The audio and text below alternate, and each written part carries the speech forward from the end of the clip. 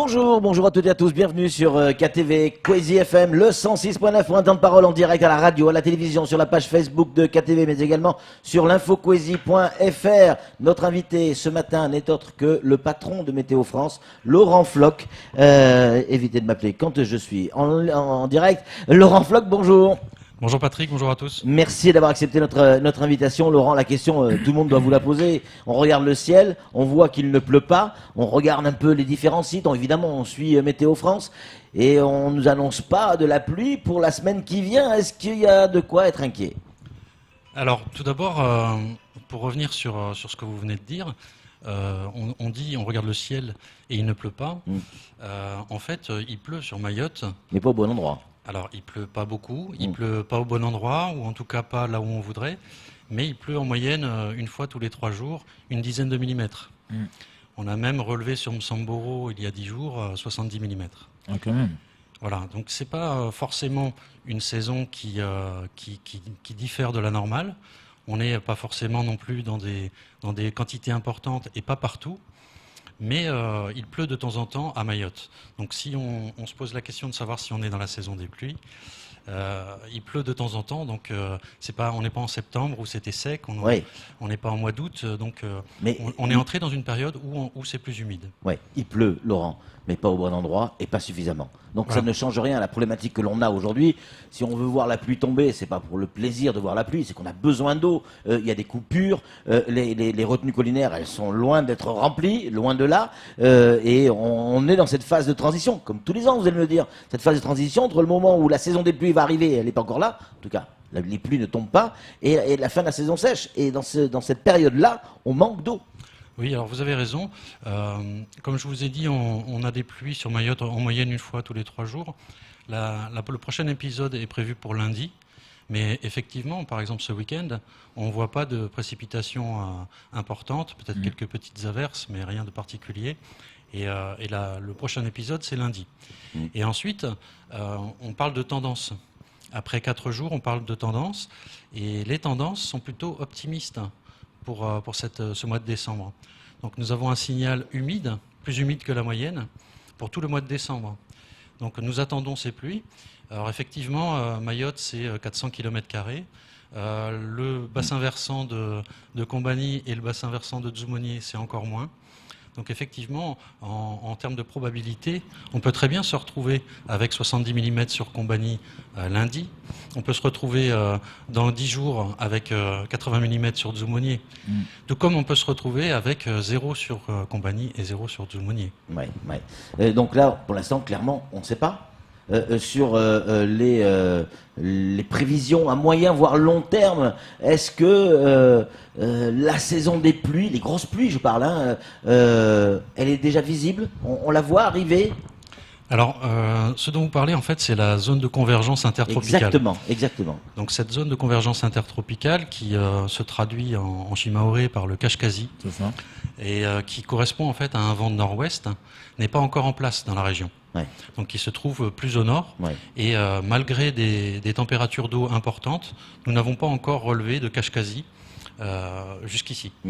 Est-ce qu'on arrive à se projeter, à savoir quand est-ce qu'il pourrait arriver ? Donc, tout naturellement, quand les signaux probabilistes nous donnent dans 15 jours un signal plus humide que la moyenne, on peut raisonnablement penser que ça correspond à la mise en place d'une nouvelle masse d'air.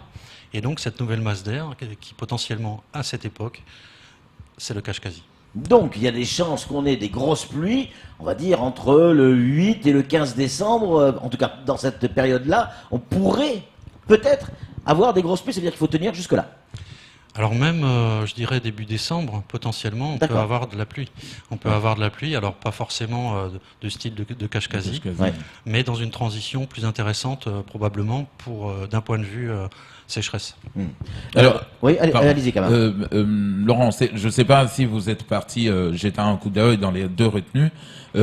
Pour que ces retenues soient aujourd'hui bien remplies, il faudrait une pluie de combien de jours? Est-ce qu'une seule journée pourrait suffire, par exemple, pour bien les remplir? Bon, s'il tombe au bon endroit, ben on est d'accord. Une journée, ça suffirait? Une bonne journée de pluie? Ou 3 jours, 4 jours, comme à l'époque? Alors, c'est une science qui est complexe. La goutte d'eau qui va tomber sur le bassin versant de Combani ou sur le bassin versant de Dzoumogné, elle va suivre un chemin qui est très complexe et qui est modélisé et qui est en cours de modélisation par les chercheurs même, et y compris en métropole, pour réussir à transformer effectivement les millimètres de pluie qui tombent sur un bassin versant en hauteur de plus dans la retenue. Donc ça, c'est en cours d'amélioration. Mais ce qui est certain, c'est que dans un premier temps, c'est la végétation qui va récupérer cette eau. Donc s'il n'y a pas de très forte pluie, où là, il y a un ruissellement immédiat, Combani peut se remplir en quelques jours. Si on a vraiment des fortes pluies qui tombent sur le bassin versant de Combani, et quand je dis des fortes pluies, c'est plus de 50 mm par jour. Là, on peut remplir Combani en quelques jours. Si en revanche, on n'a que des petites pluies, ça va être d'abord la végétation qui va le prendre, puis ensuite la terre en profondeur, et ensuite seulement, le ruissellement va commencer et alimenter la retenue d'eau de Combani. Laurent, il fait chaud, on l'a tous remarqué. Au niveau température, ça donne quoi sur les moyennes par rapport aux années précédentes? Est-ce que c'est une température ressentie? Est-ce que on a le sentiment qu'il fait chaud ou il fait vraiment plus chaud? Alors, scientifiquement, on peut mesurer assez facilement la température. C'est un paramètre qu'on connaît bien et qui est mesuré. On a par jour, on a une température maximale qui est enregistrée. Et ces températures maximales, on en fait des moyennes. Et mois par mois, on constate qu'en 2019, on a une anomalie positive, c'est comme ça qu'on la nomme, de 1,3 degré depuis le début de l'année. Et pour le simple mois d'octobre, si on prend les températures maximales et qu'on les moyennes sur le mois d'octobre, on est à plus 1,9 degrés. Non, c'est énorme, Laurent. Ouais. Donc nous sommes par rapport à des moyennes qui datent de 1950 jusqu'à 2010. Et c'est là où on peut constater qu'on est dans une année exceptionnelle. Parce que, vous savez, le phénomène El Niño qu'on connaît bien dans le Pacifique, il se passe la même chose en fait dans l'océan Indien. On l'appelle le dipôle de l'océan Indien. Et ce dipôle de l'océan Indien, en fait, c'est une différence de température entre l'est et l'ouest de l'océan Indien. Et quand il est positif, ça veut dire que de notre côté ouest, on a une température de l'eau qui est supérieure à la moyenne, de l'ordre de la valeur que je viens de vous citer. Et à partir du moment où on a une anomalie positive de l'eau, l'air qui est au-dessus chauffe également. Il se réchauffe forcément. Et donc on est dans cette situation-là. Donc sur une année, il fait vraiment chaud. Une année de type El Niño transformée sur le bassin de l'océan Indien, donc le dipôle. Mais alors Laurent, s'il fait vraiment plus chaud, vous l'avez dit, 1,9 degrés de plus, ce qui est énorme sur les moyennes, par rapport aux moyennes. Si il fait plus chaud, l'eau donc sera plus chaude. Donc on est dans une cyclogénèse qui est plus importante. Ça y est, dans la saison cyclonique. Est-ce qu'il y a de quoi s'inquiéter?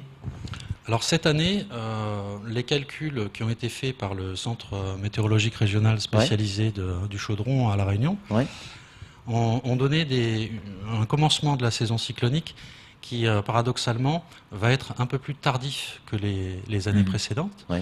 C'est-à-dire qu'habituellement, au mois de novembre, il y a au moins un système qui s'est déjà en cyclogénèse quelque part dans l'océan Indien. Aujourd'hui, ce n'est pas le cas. Et on n'en voit pas jusqu'à fin novembre.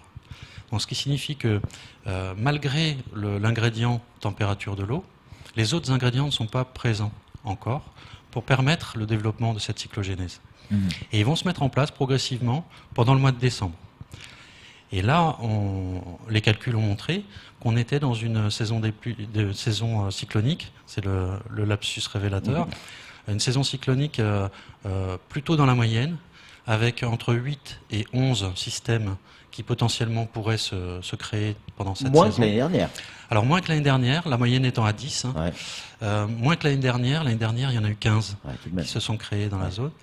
Et en revanche, les tendances également de ces simulations montre que cette cyclogénèse aura plus lieu sur l'ouest de la zone de responsabilité, c'est-à-dire là où on est. C'est-à-dire là où on se trouve, Madagascar, La Réunion, mais aussi tout l'archipel des Comores. Le canal de Mozambique. Le canal du Mozambique, jusqu'à même l'Afrique orientale. Et donc, ces 8 à 11 systèmes pourraient se transformer en cyclones, voire en cyclones très intenses. C'est la tendance, en fait, du réchauffement climatique. c'est que, par exemple, sur les 15 systèmes qu'on a eu l'année dernière, il y en a 8 qui sont devenus cyclones et 4 cyclones très intenses. C'est vrai.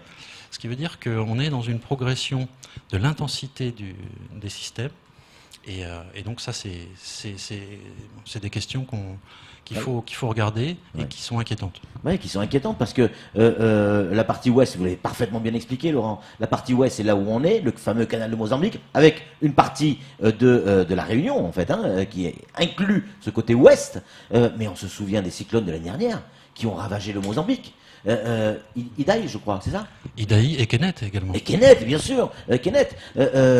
Et cette année, il y a de quoi être plus inquiet que ce qui s'est passé l'année dernière. Et pourtant, il y aurait peut-être moins de cyclones que l'année dernière, mais plus puissants. Voilà, après c'est le tout ou rien. Ouais. On est un confetti dans le canal du Mozambique, 400 km², on l'a dit tout à l'heure. Ouais. C'est la raison d'ailleurs pour laquelle parfois on a de la pluie, parfois on n'en a pas. Ouais. Mais c'est aussi la raison pour laquelle potentiellement les cyclones nous passent à côté. Ce qui n'est pas forcément le cas de Madagascar, Bien sûr. qui est énorme en latitude l'affaire, et qui les prennent tous quasiment, ou le Mozambique si jamais il y a une trajectoire zonale vers l'ouest. Nous, on est un confetti. Donc la probabilité pour qu'un cyclone très intense vienne toucher Mayotte n'est pas très forte. En revanche, le risque associé, c'est-à-dire à l'aléa, il faut rajouter la vulnérabilité de l'île telle qu'elle est actuellement. Bien sûr. Et, les cases en tôle, les terrains. Absolument. Et là, dans le risque, on inclut cette vulnérabilité. Et là, il suffirait que même un cyclone s'approche à moins de 100 km. On l'a vu avec Kenneth qui était à 160 km. On a eu 90 à 100 km/h. C'est vrai. Et donc, s'il est plus près, forcément, il y aura des vents plus forts. Et il faut partir du principe que le cyclone qui passera sera un cyclone très intense. C'est-à-dire avec des vents supérieurs à 200 km/h. Est-ce que toutes ces données qui sont extrêmement précises et Dieu sait qu'elles sont intéressantes, est-ce qu'elles sont communiquées? J'imagine que oui, mais est-ce qu'elles sont communiquées à la préfecture, à l'État d'une manière générale, pour qu'ils puissent anticiper sur d'éventuels, personne ne le souhaite, on touche du bois évidemment Laurent, mais et ce que vous dites là c'est plus de la prévention qu'autre chose, anticiper sur ce type de situation?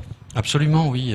Vous en parlez régulièrement avec la préfecture? Nous sommes en contact permanent avec le SIDPC et avec les autorités préfectorales pour les tenir informés de toutes les prévisions qu'on a. Alors, aussi bien pour la crise sécheresse que pour le risque cyclone.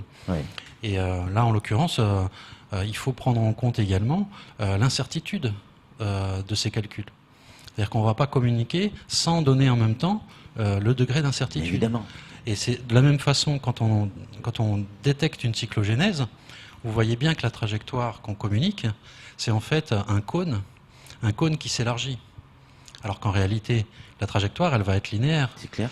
Mais nous, on a un doute. Ça s'élargit parce qu'on est dans le doute. Voilà. Plus on avance, plus on est dans le doute. Voilà. Et par exemple, le doute qu'on avait à 72 heures il y a encore 10 ans correspond aujourd'hui à un doute à 5 jours.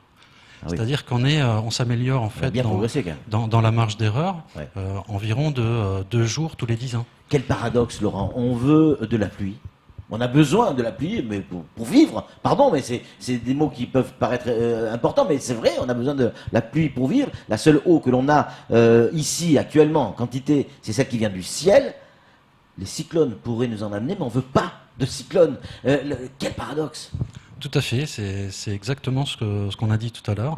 C'est la probabilité pour qu'il y ait de la pluie, elle est relativement faible à cause du confetti, la surface faible de Mayotte, et c'est aussi ce qui nous protège potentiellement de l'aléa cyclonique, et pas du risque, parce qu'un seul suffit. Oui, un seul suffit. Kamar, une question. Alors j'aimerais qu'on amène un éclaircissement sur le ressenti de la population. La population est d'accord par rapport à ces phénomènes qui doivent nous ramener aujourd'hui la pluie, mais de l'autre côté, certains sont convaincus qu'on n'a pas de pluie, Laurent, parce que nous sommes trop dans la déforestation. Est-ce que la déforestation a quelque chose à voir? Alors si on était aussi grand que l'Amazonie, on influencerait. Ça se saurait déjà. Voilà. On influencerait nous-mêmes notre propre climat. Et effectivement, il y aurait une notion d'évapotranspiration qui pourrait jouer. Et ce qu'on appelle l'ETP. Et cette évapotranspiration sur Mayotte, elle n'influe que de manière infinitésimale le climat local.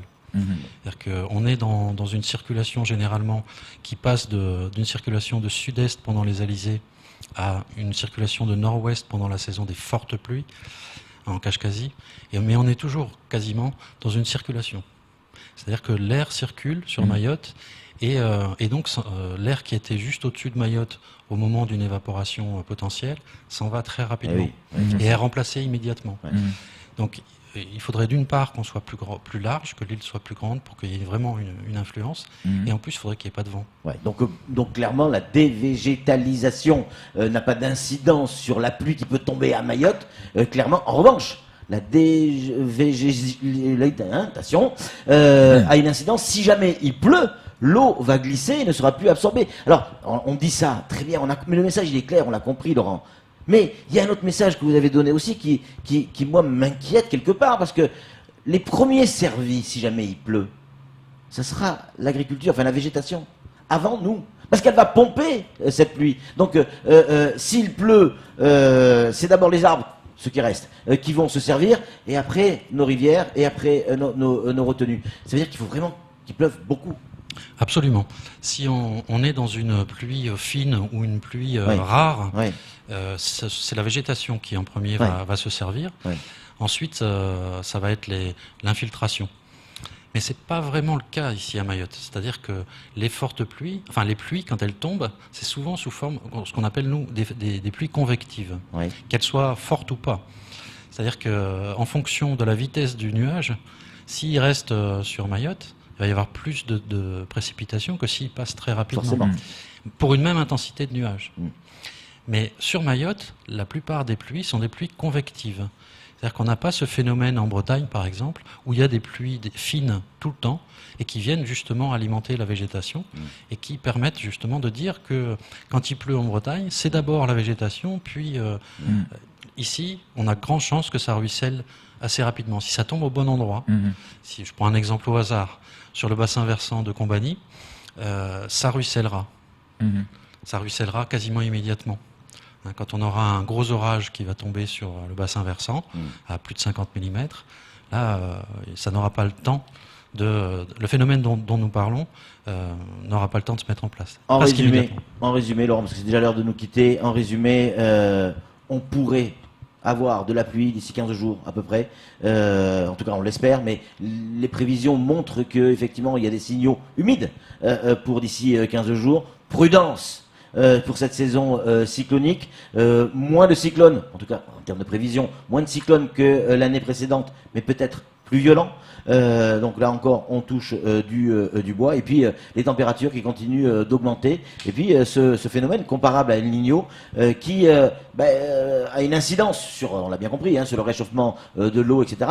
Mais aussi sur notre biodiversité dans nos eaux qui sont autour de l'île de Mayotte. Donc une saison qu'il va falloir suivre de très très près. Vous n'avez pas fini d'être sollicité, mon pauvre Laurent. Merci en tout cas d'être venu sur ce plateau et d'avoir répondu à toutes nos questions.